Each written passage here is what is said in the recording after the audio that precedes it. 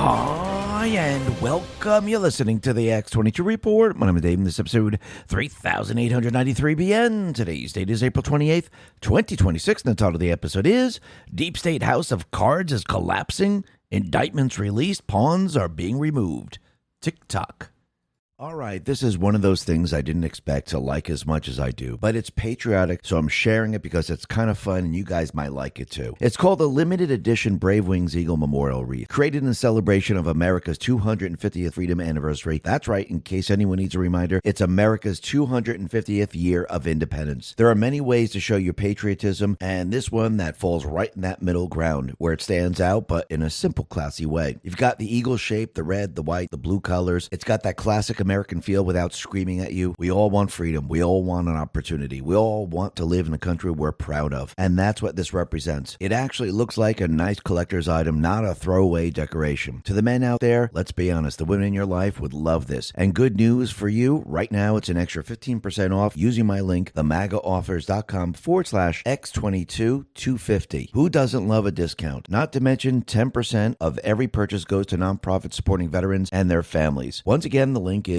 themagaoffers.com/X22 or just click the link in the description. Let's get into the economic collapse, political and geopolitical news. Now, the deep state, the corrupt politicians, big tech fake news, the puppet masters. You can see the deep state house of cards. It is collapsing right in front of their face. And we could see step by step what is Trump and the administration doing. They are bringing federal charges and indicting different organizations that are part of the deep state system and indicting the pawns. But once again, you have to remember that we do not have full control of the judiciary. We still have activist judges within the judiciary. And I do believe that the Trump administration, they are now using certain charges to test, once again, the system. Because if you look at the charges that just came out against Dr. Morin, the senior advisor of Fauci, and you look at the charges against Comey, you could see that, once again, these aren't the treasonous crimes. These are low-level indictments. And I do believe they are going to test the system. Remember, we're at the point where we're removing the entire deep state system apparatus. We're exposing how the money allows the deep state system to operate. We're closing those areas down, as we could see with the raid in Minneapolis. Charges being brought against all of those people that have been laundering money there. We could see the exposure out in California.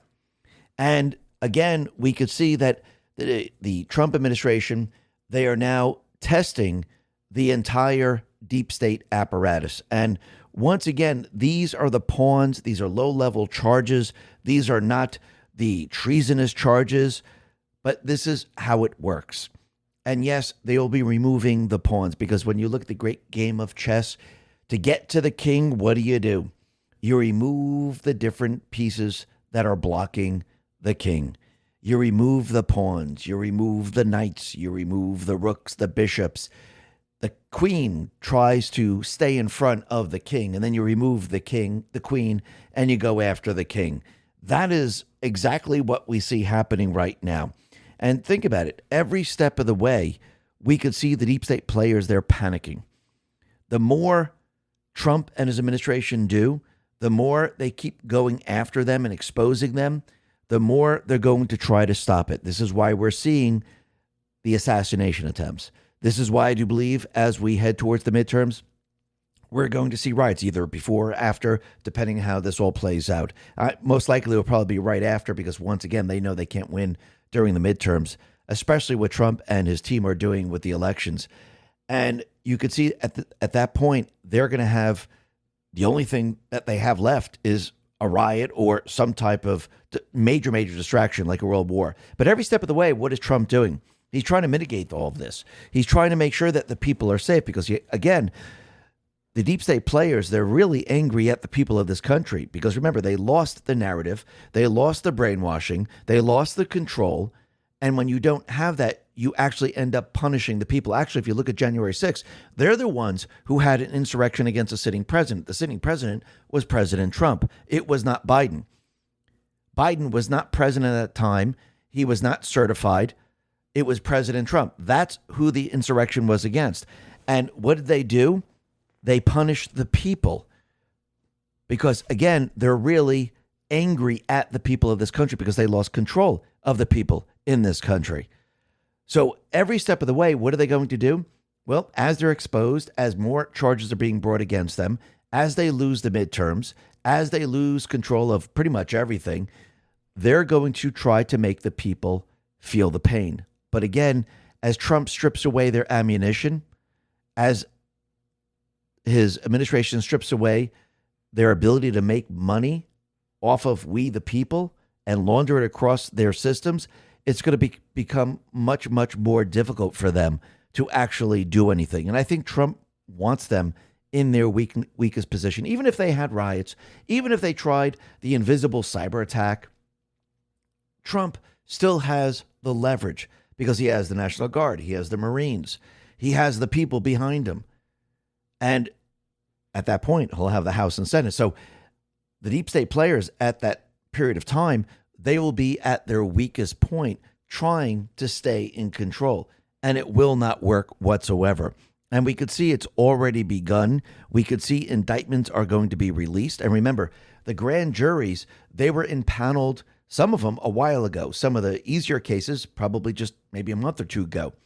But the more complex cases like the election rigging, COVID, Russia collusion, impeachment, those most likely, Uranium One, those most likely have been impaneled and they're still going on today. Remember, timing is everything. And here we are approaching the midterms. So if you get the lower level people and you show that these people were guilty of doing certain things, one of them has to do with COVID, the other one is threatening the president, lying to Congress, you build the narrative and you keep building upon it. And what do people see?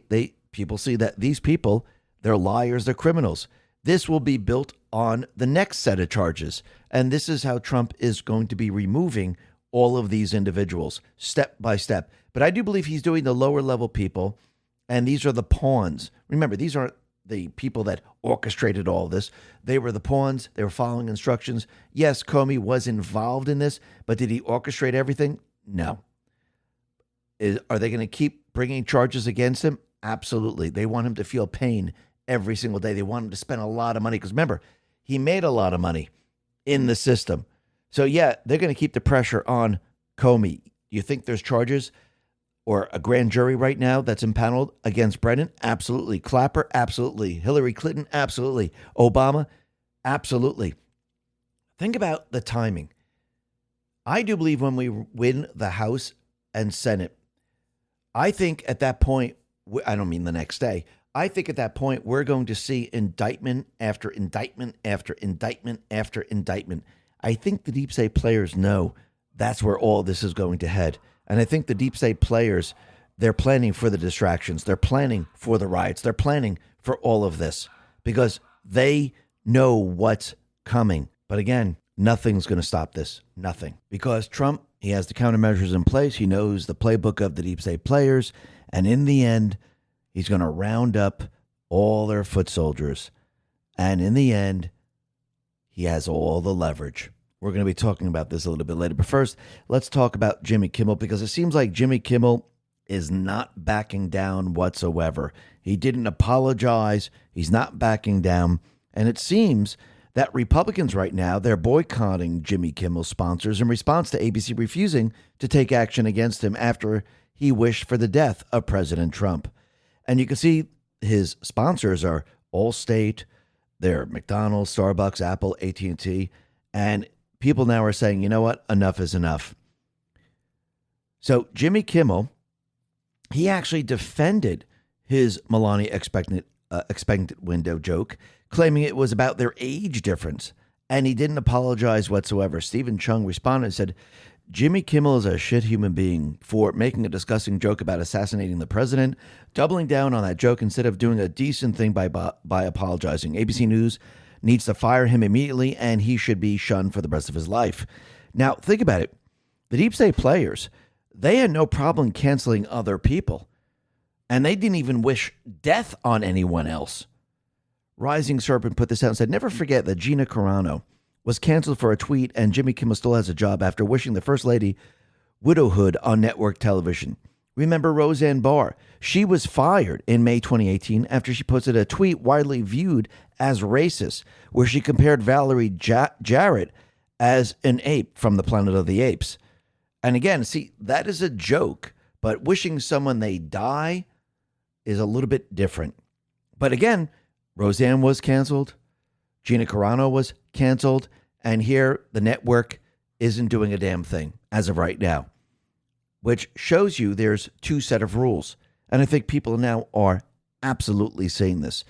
Now, once again, you could see Trump and his administration, they're now moving fast forward with deporting the illegal migrant children. And he is now ramping all of this up. And I do believe in the end, the other warehouses that are being built, they're going to be used for those individuals that are going to riot on the street. This way, there's a holding area, and it makes it a lot easier for them to ship these people out. Election Wizard put this out and said the administration is accelerating deportation of illegal migrant children in U.S. custody. No more warehousing thousands of unaccompanied minors for months or years on the American taxpayer dime while cartels laugh all the way to the bank. The Trump administration is fast-tracking immigration hearings, moving cases from 2027 to this week to get these kids processed and back home where they belong when they don't qualify for relief. This is how you end the child smuggling pipeline and crush the exploitation while putting America first. And you can see the gloves are off. Trump has the leverage on his side. The judges can't stop this. They might try, but again, you could see ruling after ruling after ruling, they are continually losing. And they will continue to lose because, again, the law is not on their side. The law is on Trump's side. This is why they're continually losing every single case. This is why they're getting slapped down over and over again. Because remember, they were put into position. I'm talking about the judiciary. They were put into position to delay Trump as long as possible. It looks like that delay tactic is now failing. And Trump, he has the leverage. Actually, they fell right into Trump's trap because think about what he did. He allowed all of this to happen. And basically by doing this, he's reinforcing the laws that are already in place. He's reinforcing everything that needs to be done because he's getting a court ruling on it, or sometimes a Supreme Court ruling.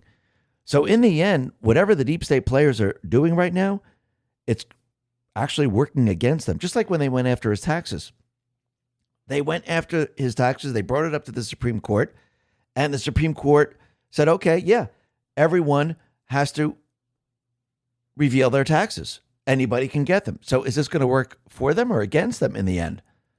Think about how they brought the tariffs up to the Supreme Court. Yes, he used the IEPA, the weakest tariff. But in the end, we could see that Trump has other ways of tariffing the countries. So basically, he got them to allow the Supreme Court justice to show him the correct path and said, this is the way to do it. So this worked completely and utterly against the deep state players with everything else. Just like what he's doing out in Iran is working against the deep state players, working against the central bank system. And you could see that Iran is having a very difficult time. So they're going to have to choose. Are they going to be on the side of the deep state players, or are they going to make a deal with Trump? And again, the deal is going to be everything that Trump wants and nothing that they want. Because again, who's the conqueror? Trump and the United States. The deep state players are just telling them to hold on. Soon, they're going to be running out of any semblance of leverage they have because the people, they're starving. The people are feeling the pain and the people are going to have enough. So think about it.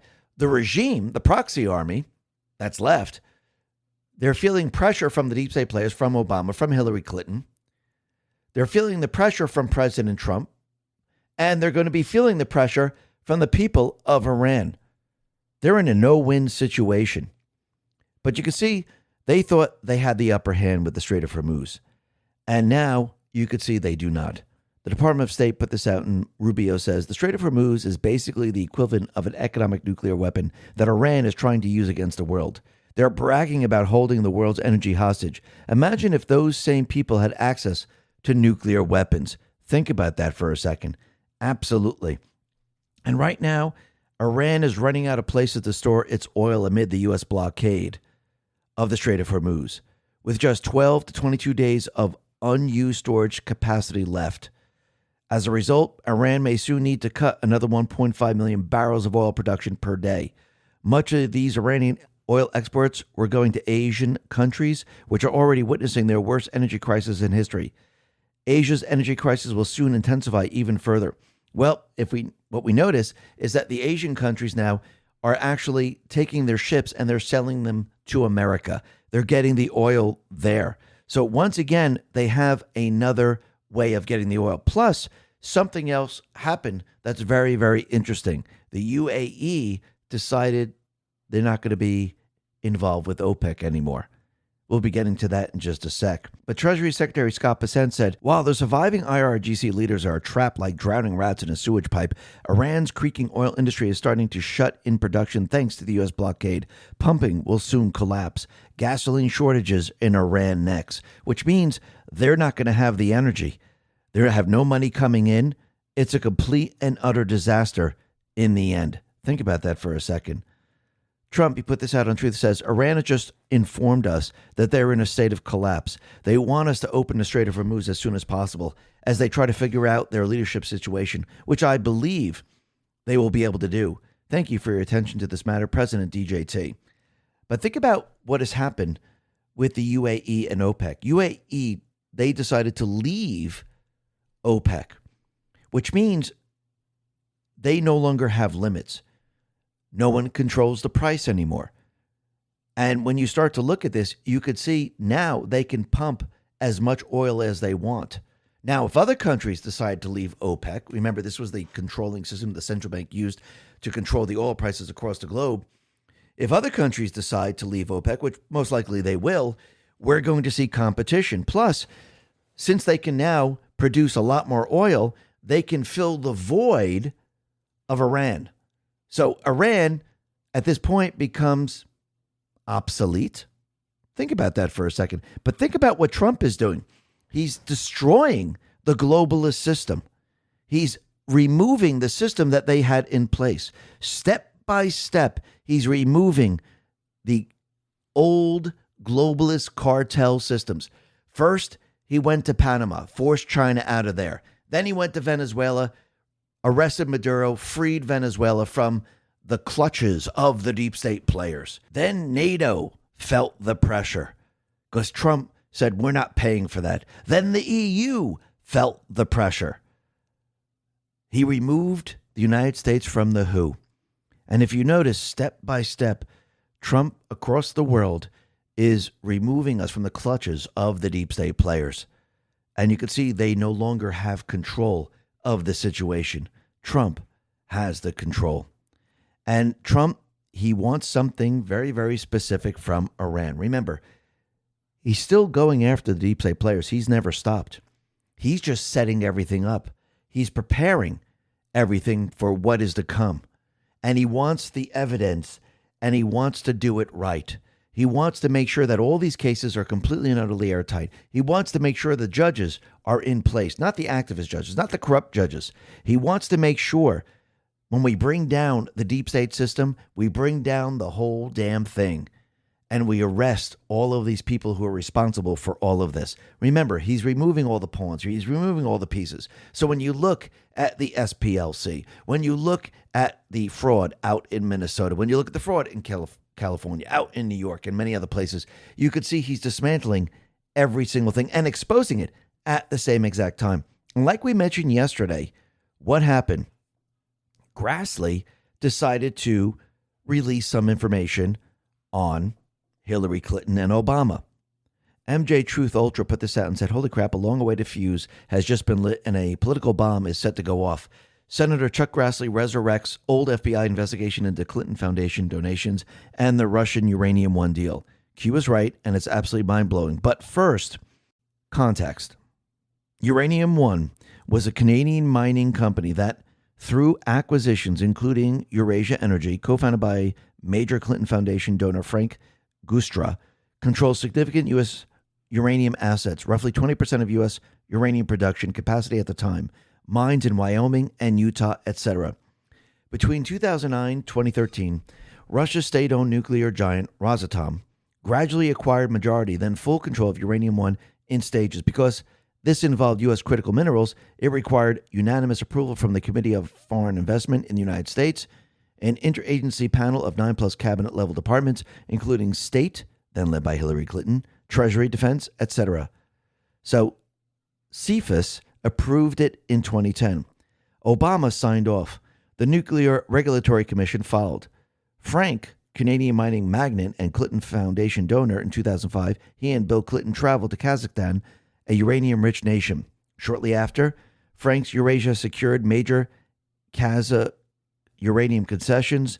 Frank later merged Eurasia into Uranium One and donated tens of millions to the Clinton Foundation and pledged $100 million. Ian Telfer, Uranium One chairman, his family foundation donated $2.3 million to the Clinton Foundation. Bill Clinton also received big money from various foreign entities, but we won't go there. Q repeatedly emphasized Uranium One as a cornerstone example of Clinton corruption and pay-to-play treason for personal gain. Uranium One sold out U.S. and risked U.S. national security for personal financial gain. This was framed as a bigger plot to kill the United States from within, selling secrets, saps, aid, etc. But it was more than selling uranium. Crimes against humanity, Dems' attacks on Trump, Ukraine were projection for their own Russia Uranium One deals, closed financial system, Russia, China, Russia, Iran as common denominator. So basically, what are we seeing? We're seeing that information is coming out as Trump is asking for the nuclear dust, saying, listen, we're going to come in, we're going to get it, we're going to remove the uranium from the country. Think about that for a second. Why does the deep state continually say they don't care if Iran is a nuclear power? Well, that's what Chancellor of Germany, Merz, is saying. Trump responds to him and says, the Chancellor of Germany, Merz, thinks it's okay for Iran to have a nuclear weapon. He doesn't know what he's talking about. If Iran had a nuclear weapon, the whole world would be held hostage. I'm doing something with Iran right now that other nations or presidents should have done long ago. No wonder Germany is doing so poorly, both economically and otherwise. President DJT. Why would he come out and say, hey, we don't care about the uranium. We don't care if they have a nuclear weapon, because, again, they do not want the uranium taken out of Iran, because this just doesn't implicate Obama, Clinton's, and other people. It also implicates many other countries. Think about that for a second. Kyle Becker says the floodgates are open. Senator Chuck Grassley has released a letter to the DOJ and FBI, along with internal FBI records related to the Clinton Foundation and the Uranium One deal. And here's what it shows. The documents confirm that the FBI opened a formal preliminary investigation in January 2016 in the Clinton Foundation. Possible criminal violations based on the allegations and facts established to date include 18 U.S.C. Section 201, bribery of a public official, 18 U.S.C. Section 207, restrictions on former officers, employees, and elected officials of the executive and legislative branches, 18 U.S.C. Section 208, acts affecting a personal financial interest, 18 U.S.C. Section 1956, laundering of monetary instruments. The investigation focused on a pattern, money flowing to the Clinton Foundation or related individuals, followed by a favorable policy decision, access, or business outcomes. A bribery-related violation can occur even if no official action is ultimately taken, as long as a payment was made with the intent to influence a public official. So think about what this shows. It's absolutely amazing. And the records show that the FBI gathered reports, intelligence summaries, and conducted interviews. They also identified additional witnesses and evidence they still needed to pursue. Key figures also ensnared in the investigation: Cheryl Mills, Huma Abedin, Anthony Weiner, Frank Gustra, Doug Bann. So right there, they were doing an investigation, but it was shut down. Now, as Grassley presents this information, the investigation can now continue. Think about this for a second. Ripcord says, on the day the king visits the White House, it also just happens to be the day Chuck Grassley makes a big chess move on Hillary concerning Uranium One. Remember post 4241, May 14, 2020? Think chess. Do you attack the king in the beginning or middle to end? Queen protects the king. So let's see. Right now, we could see that the pawns are being attacked. They will be removed as time goes on. Their entire system is being exposed and it's being dismantled. So this way they don't have the power structure to do anything. And eventually it's going to be going to those individuals that are at the top level who have been orchestrating a lot of this. Remember, there are people above them. But think about it. Obama, remember, had a shadow government that was working for him when he left office.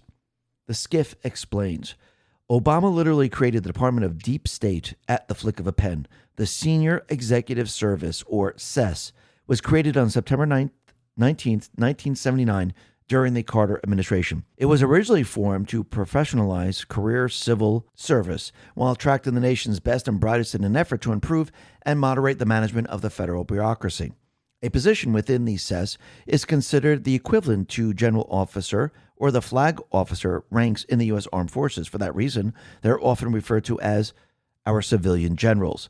The SES was to be a core of nonpartisan career managers who serve as the executive management of federal agencies, their job being to implement policy, not create it. At least it was until then. Obama changed that with a mere flick of his pen, making SES members nearly impossible to fire once hired.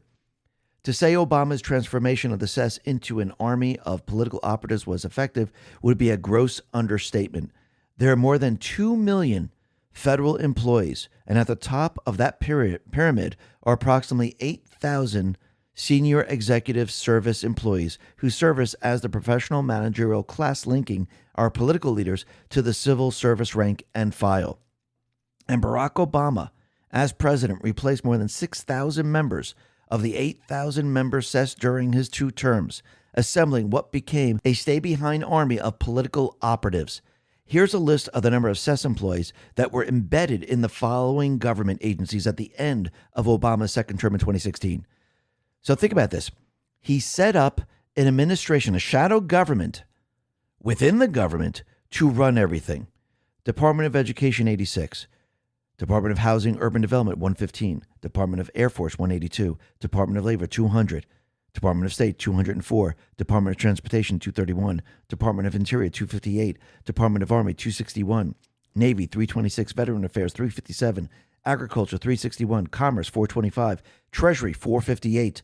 All right, quick break to talk about something I've just started using, Rumble Wallet. If you've ever been curious about buying and investing in crypto, Bitcoin, stablecoins, USAT, or even gold-backed stablecoins, but felt like it was too complicated, Rumble Wallet is an easy way to get started. You can buy, sell, and manage your cryptocurrencies all in one place, and the app is super straightforward. What really makes Rumble Wallet unique is that you can use it to tip your favorite creators like me and support the freedom-first community we've built here on Rumble. Getting started is simple. Just download the Rumble Wallet app, sign up with your existing Rumble account, no need for a new logon, complete a few security steps, and you're set up in minutes. You could start with just a few dollars, and with MoonPay built into Rumble Wallet, you can easily buy crypto using your credit card, debit card, or bank wire. So if you're thinking about the advantages of crypto, download Rumble Wallet now. Click my link in the description or search Rumble Wallet in your app store. Download Rumble Wallet today and move your assets to where they belong, in your hands, in your control. So just click the link in the description.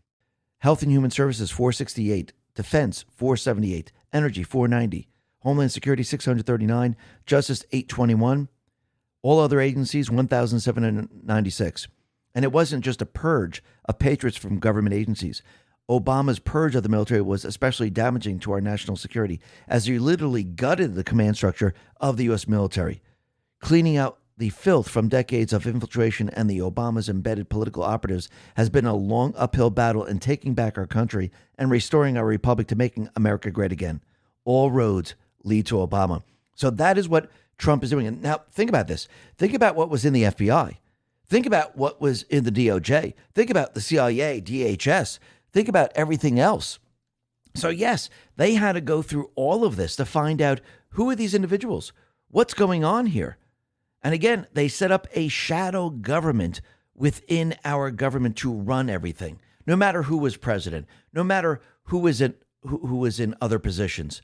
And now you can see what Trump and team are doing. They're cleaning out the entire system. And yes, we are going to have a clean house. Soon, Obama will have no leverage whatsoever. And you could see step by step, what is Trump administration doing? They're dismantling the entire thing. And yes, it's going to become very, very difficult for them to actually do anything to the people of this country or to President Trump.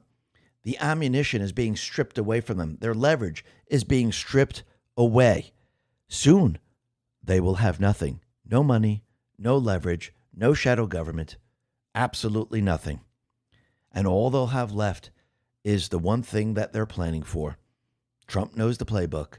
I do believe when indictments hit, when we're prepared to go and bring these people to justice, this is when they're going to use what they have left. And yes, we're going to see riots. Yes, we're probably going to see other distractions. So this is what they're planning to do, and Trump already has the countermeasures in place because he knows the playbook. He's already putting everything into place to go after every single one of these people. And when you start to look at the assassins that are coming after Trump, you can see they definitely have a connection to the deep state players. First of all, I guess we could use the word they were radicalized by the deep state players, but I do believe they also have other types of connections. Paul Sperry put this out and said, federal investigators are looking into a possible connection between arrested would-be Trump assassin Cole Thomas Allen and Stacey Abrams. Fair fight action, as well as the radical Black Lives Matter. This is developing. So this is very, very interesting when we start to see all this. And we could see that, yes, most likely these groups were probably involved in pushing these people. Remember, they keep repeating the same thing over and over, pedophile, Nazi, evil person, dictator. And then you have others that join into this, and these others, they try to push these people into actually doing something. And remember, they're getting the information from all parts of society. Wall Street Apes put this out and said, every pillar of society coming from the left is radicalizing people to violence. Here's a collection of clips from election officials, musicians, actors, late-night comedy hosts, talk shows, large streamers on Twitch, all calling for extreme violence against conservatives. They call to have our streets soaked red in the blood of conservatives. They are radicalizing normal people into violence, and it's on purpose. It's a coordinated effort. And what you don't see it coming from the right whatsoever. Now, remember what they had to do to convince people that it was coming from the right. They needed the SPLC plus the other 16,000 NGOs to keep pushing the same exact narrative. You needed the fake news, and you also needed fake statistics. This is how you convinced everyone that it wasn't coming from the left. Cynical Publius put this out and said, let me explain the four major differences between left-wing political violence and right-wing political violence. Right-wing violence comes from the fringes of the conservative movement. Left-wing violence comes from the mainstream of the progressive movement. Conservatives rarely encourage or glorify right-wing violence. Progressives routinely encourage and glorify left-wing violence. Left-wing violence is such a common event that we hardly take notice of it unless it involves assassinating a major political figure. Think of how routine Antifa BLM style destruction of our cities has become. Right-wing violence is notable in its rarity. Left-wing violence is often falsely attributed in the mass media to conservative beliefs. The opposite never happens. And when you look at the statistics that like The Economist put out, the fake news put out, and they keep saying, hey, look, it's all coming from the right. Most of the political violence comes from the right. Well, it turns out that these statistics are fake. Remember, it's part of their system. So the problem, and by the way, Batya Ungar Sargon put this out, and she made a whole Substack on this. So the link is on the X22Report.com site if you want to see the entire report. So the problem is the data that these outlets have been relying on because it's deeply flawed. One of the major resources is the Prosecution Project, an initiative of the University of Cincinnati, which analyzes felony criminal cases involving political violence and sorts them by ideology. The project examines criminal complaints, indictments, and court records, looking for crimes that seek a social political change or to communicate to outside audiences, per The Economist. Its data show that extremists on both left and right commit violence, although more incidents appear to come from the right-leaning attackers. Yet, if you pull up the data center yourself, you can see immediately that it is deeply flawed. The data set doesn't include either of the previous 2 assassination attempts on Trump's life. As far as you can see, a search for the time frame and the names of the would-be assassins turns up 0 hits, nor does it include the assassination of Charlie Kirk. The data set is based on prosecutions, which might explain the absence of Thomas Crooks, who died at Butler. But what explains the absence of Trump's other would-be assassins, Ryan Wesley Routh or Tyler Robinson, who killed Charlie Kirk? I couldn't find Elias Rodriguez on the list either, who shot and killed 2 people outside the Jewish Museum in D.C. in May of 2025 to protest the war in Gaza. It's pretty easy to see that the violence is coming overwhelmingly from the right if you overwhelmingly edit out any political violence from the left. The editing goes deep. During the summer of 2020, George Floyd rioters were in full swing. Political violence claims the lives of dozens of Americans and caused $2 billion in property damage. Yet, the data set from the Prosecution Project lists a grand total of 5 incidences, left-wing incidences that summer. 2 of them eco-animal focused, meaning it counts just 3 incidences of left-wing violence during that time. Compare this to a list compiled by Forbes of 19 people who lost their lives during the first 14 days of George Floyd riots. Why don't these people merit a mention in the Prosecution Project? They were killed during a political-motivated explosion of violence and rioting. These were, to cite the project's own criteria, crimes that seek a social, political change or to communicate to outside audiences, yet they do not appear in the data set. Surely, we can all agree that their omission massively skews the data. And that's exactly what it does. Now, think about it. Go back in time when they were letting the illegals into the country during the Biden/Obama time, and they brought them into all the sanctuary cities, and they told you that there was no crime increase whatsoever. We don't see an increase in rapes. We don't see an increase in murder. We don't see an increase in anything. What we've come to find out is that these cities, they weren't reporting the crimes. So if you're not reporting the crimes, you're not going to see an increase in crime.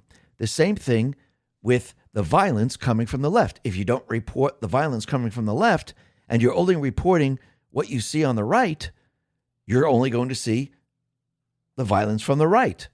But if you include the violence from the left, it basically overshadows the violence from the right.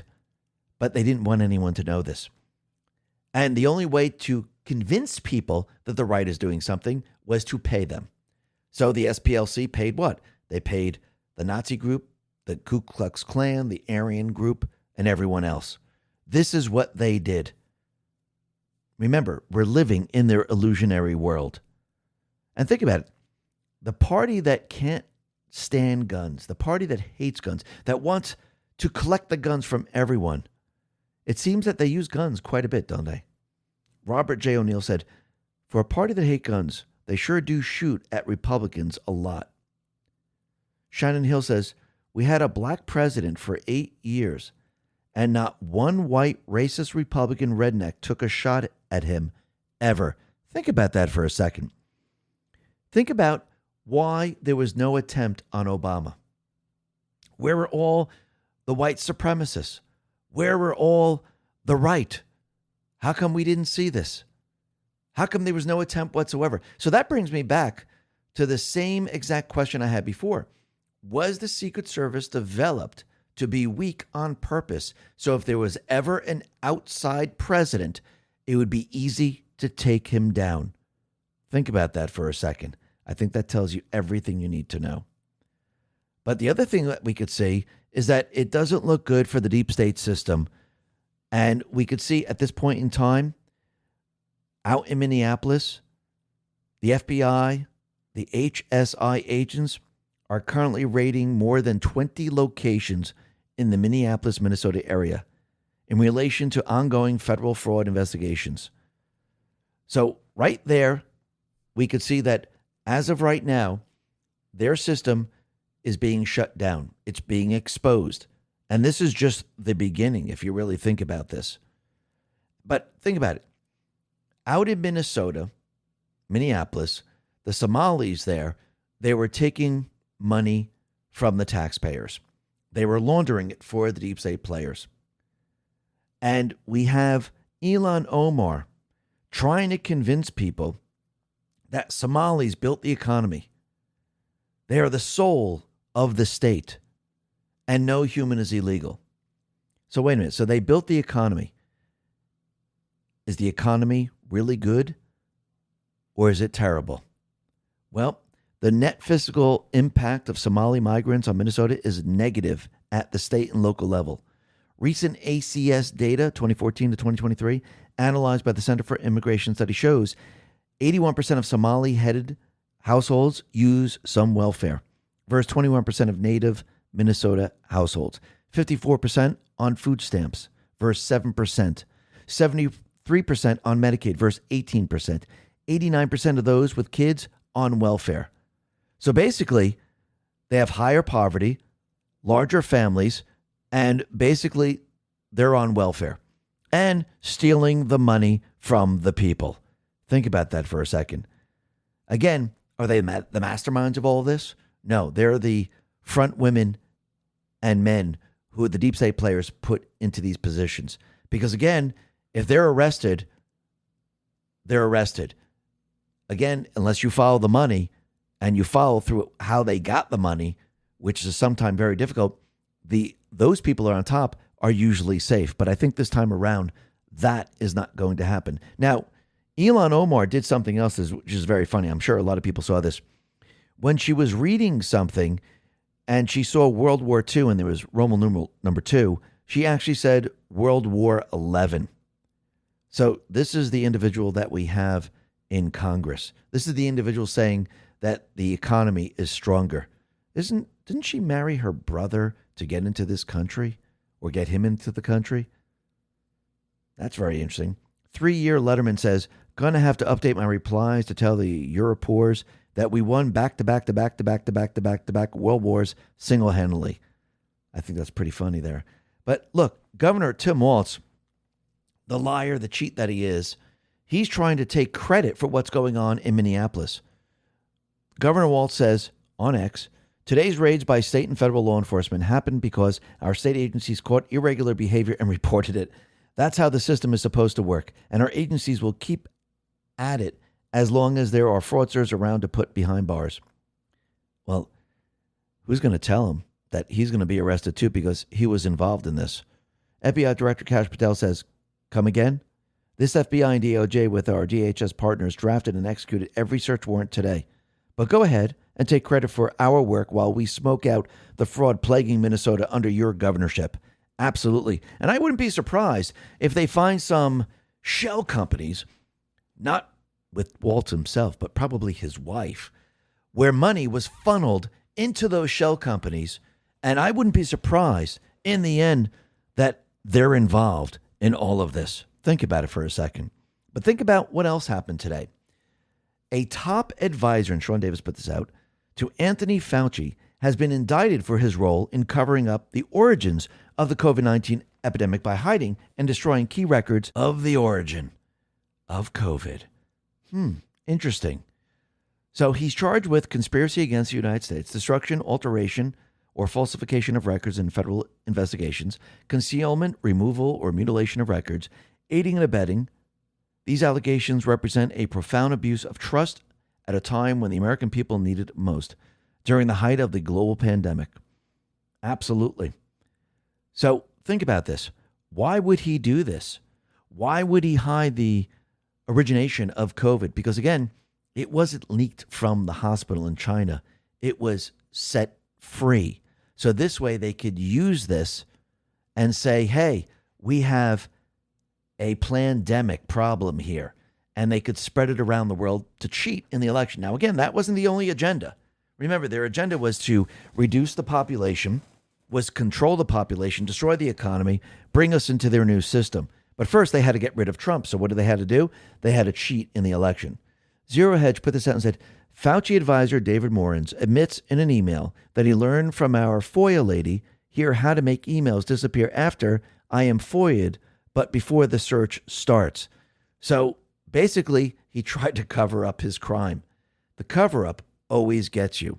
Now, the other thing that's very interesting is that the docket that came out, and Ken Silva put this out, shows that there's another individual that is involved in all this, but we can't see the name. Most likely, it's probably Datchik. He is the co-conspirator here.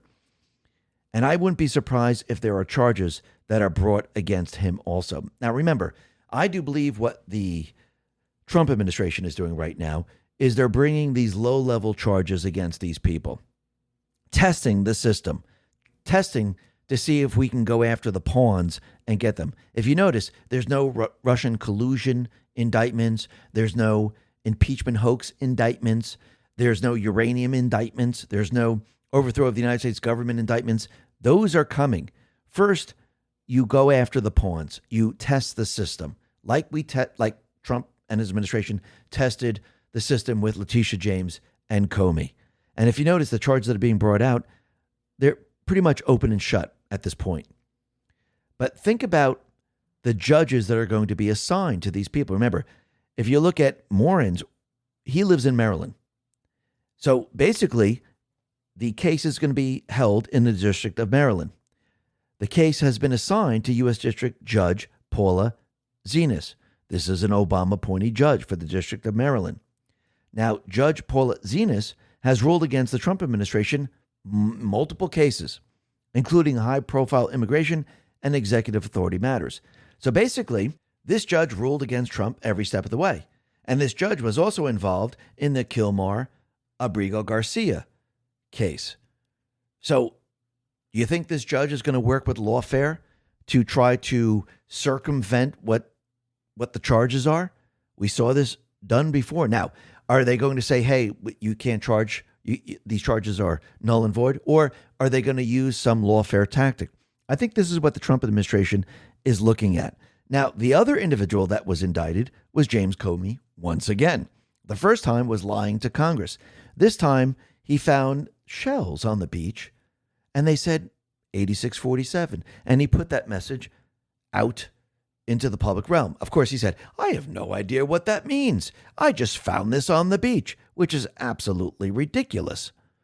So his judge has not been assigned. Now, since he did this in North Carolina, that's where this is going to be held.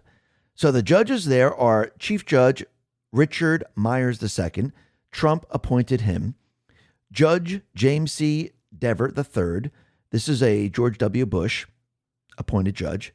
Judge Louise W. Flanagan. This is a George W. Bush appointee. And Judge Terrence W. Boyle. This is Ronald Reagan. Now, none of these judges actually ruled against Trump as of so far. And we could see that Myers ruled against Republican efforts to retroactively change 2024 election rules and invalidate overseas military ballots. He ordered certification of Democrat Allison Riggs' win in the North Carolina Supreme Court race, citing due process and equal protection violations. This was viewed as a rebuke to post-election challenges backed by Trump allies. So he is the only judge right here. The others have not done anything. So are we going to get maybe a fair trial here? Maybe. I do believe Trump and team, they're testing everything. Because again, if you're going to bring charges against these people, it depends where the crime was committed. So if it was all committed in D.C. or in Maryland or in Virginia, do we have the ability to actually have a judge that's not a corrupt judge or an activist judge to actually use the rule of law?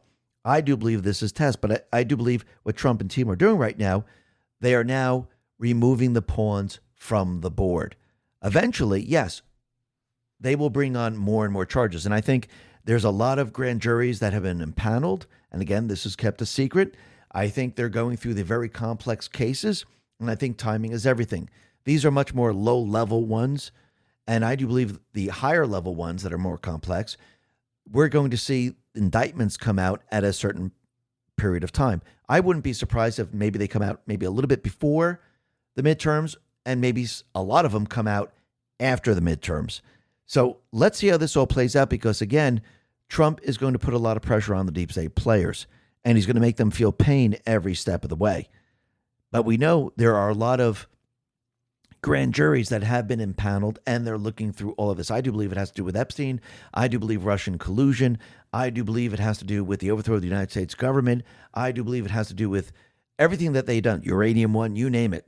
And there's going to be multiple charges that are brought against these people. If compare it to right now, they pretty much, are setting on one charge. Oh, look, 8647. Or he lied to Congress. Yes, these are low level charges right now. They're testing the system. They're testing to see if they can go after the pawns. And yes, the pawns are going to be removed, and they're going to be removed very, very quickly. Let's see how this all plays out. This is going to be very, very interesting. Now, the other thing that's very interesting is that I do believe, like we said before, the Secret Service, I do believe that the whole training system has to be revamped. I believe going back in time, the deep state players trained these individuals in a certain way to make sure that they really could not protect a president. And I'm talking about a president who's an outsider. I'm not talking about a president who's part of the system, because those presidents never really had to worry about an assassination attempt because they're part of the system. And when you look at the Secret Service agent, and Chicago One Ray put this out, protecting Trump at Doral, they fired 6 shots at Ryan Wesley Routh. Actually, I think it was at Trump International, not Doral. The Secret Service agents protecting Trump at the WHCD fired 5 shots at Alan Cole. All these shots missed. So Mark Wayne Mullen is meeting with Sean Curran next week, and Susie Wiles is also saying that we're going to be revamping the security. I do believe that each one of these individuals, their training needs to be looked at, and maybe the whole training program itself. But let's see how this all plays out. This is going to be very, very interesting. Now, the other thing that we could see is that all the people that Trump chose to be in his administration, they're not installed. They're not dumb people. These people are very smart. They know the law. They look at cases. They understand what's going on. And I think he did this on purpose to show everyone how idiotic the deep state players are, the people that have been installed in certain positions. I mean, just look at the purple-haired Democrat, Rosa DeLauro. When she was questioning Lee Zeldin actually schooled her and actually shut her completely down. And the only thing that they have is to use emotions. Just take a listen to the exchange. Climate change is flooding our streets, poisoning our air, driving up healthcare and disaster costs. How can the EPA justify abandoning that duty to protect Americans to appease polluters under the false flag of economic growth? Following the law, Section 202 of the Clean Air Act, where does it say anything about fighting global climate change? Loper Bright, Supreme Court case, you familiar with it?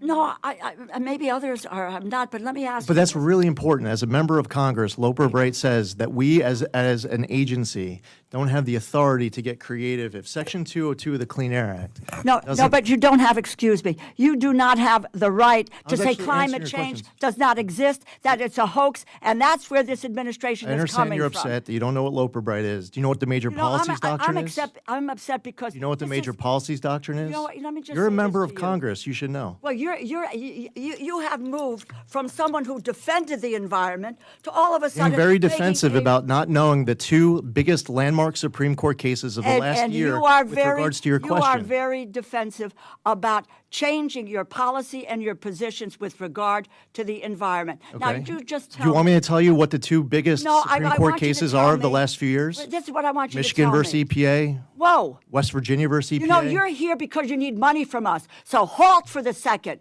and wait for the questions and answer the questions. Well, I answered your question, No, you and didn't. you didn't like my answer because did you not don't know what answer the Loper Bright is, question. because you don't know what the major policies doctrine is. Chairman, because you're asking me about Section 202 of the Clean Air Act, and you don't read it. You don't know what it says. Listen, and what you want to do is to deny. You want No, to. I actually read the law. I do my homework.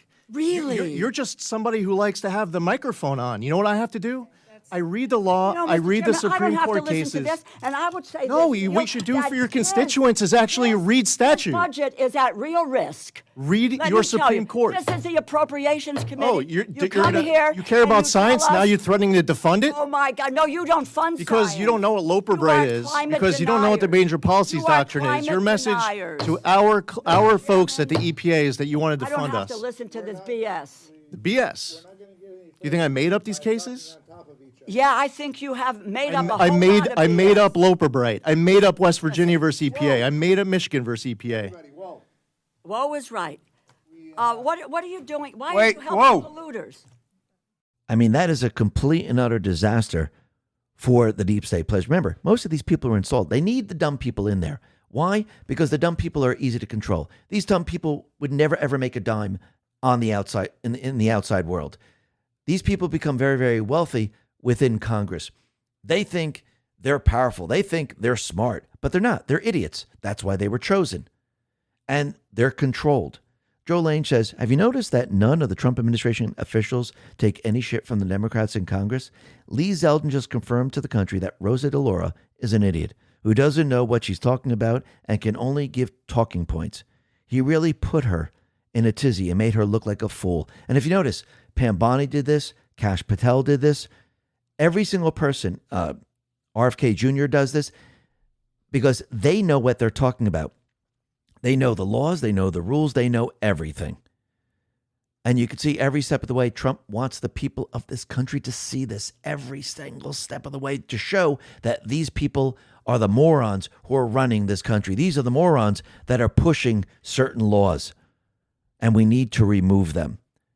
And think about it, all these morons who are all for the No Kings protest, because again, Trump is now meeting with King Charles. He is now here in the U.S.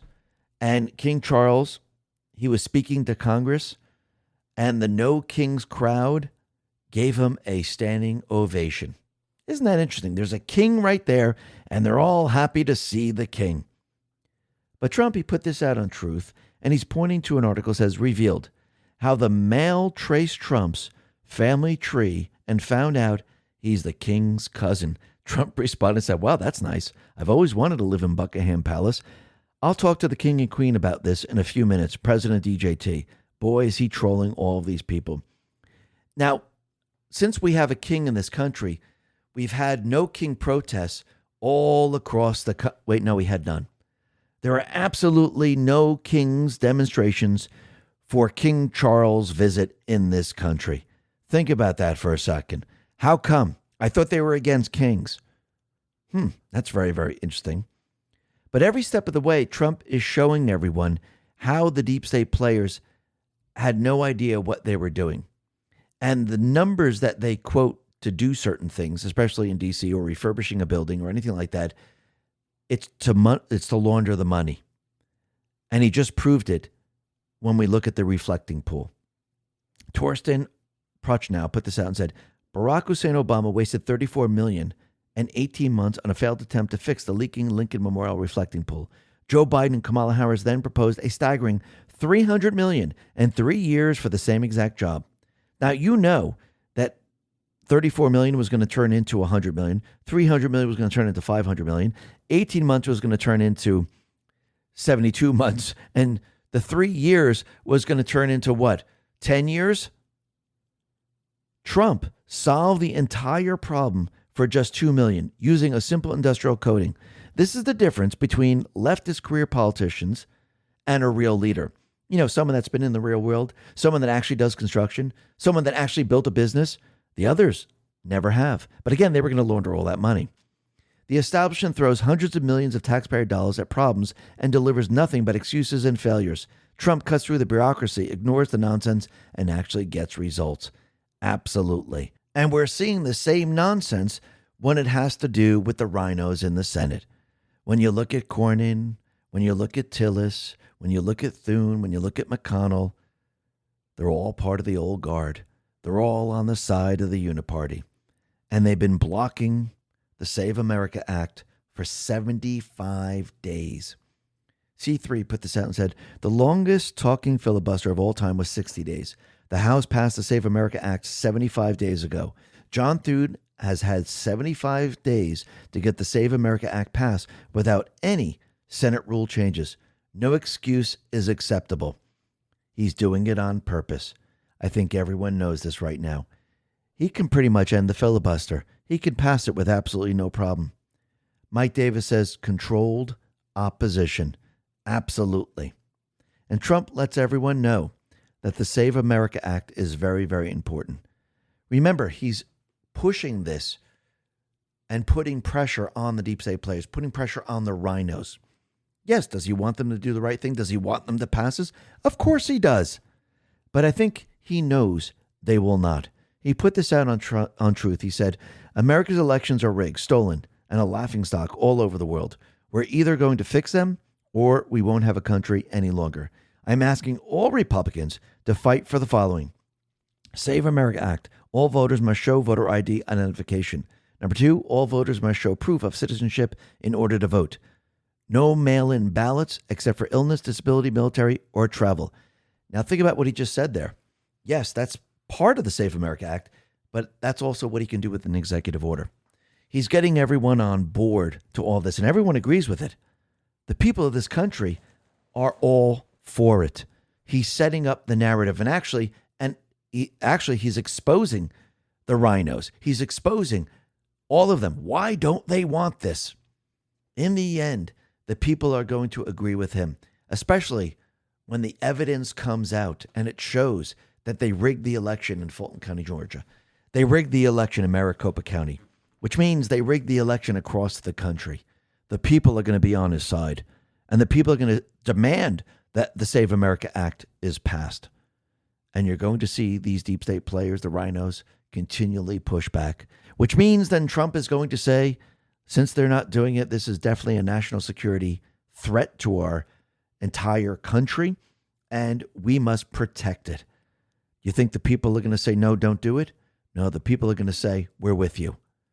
The only people that are going to say no is the fake news, the D's, the rhinos, and the leftists that they push out into the streets. That's it. The rest are going to say, we agree. And again, this is why Nancy Pelosi says that Trump is going to flip the votes using the machines, because she's already preparing the narrative for what is coming. This is why they've been having the No Kings protests, because, again, just like with the Epstein files where they keep using pedophilia or pedophile, they're going to say that he's a dictator. He's a king. See what he just did? He did this so he can increase his power. And they're going to try to create the idea that he is going to arrest everyone and you must riot and you must get out on the streets. This is what they're going to do, because they know once we win the House and the Senate, all they have left is what the lawfare, lawsuits to try to stop it. They know this is not going to work. This is going to buy some time for them. They know in the end, they have nothing left. So they're going to push the riots. They're going to push the cyber attacks. They're going to push everything. But in the end, Trump knows the playbook. He knows they're going to be pushing the people out into the streets. This is just going to make it a lot easier for Trump and his administration to pretty much clean this up. They might even have this distraction so they can actually leave the country. But again, everything will be shut down. They will not be able to leave. TikTok, justice is coming. Accountability is coming. Retribution is coming. Why? Because the Patriots are in control. Listen, everyone, thanks a lot for listening. Be well, be safe, and especially be prepared. Thanks a lot.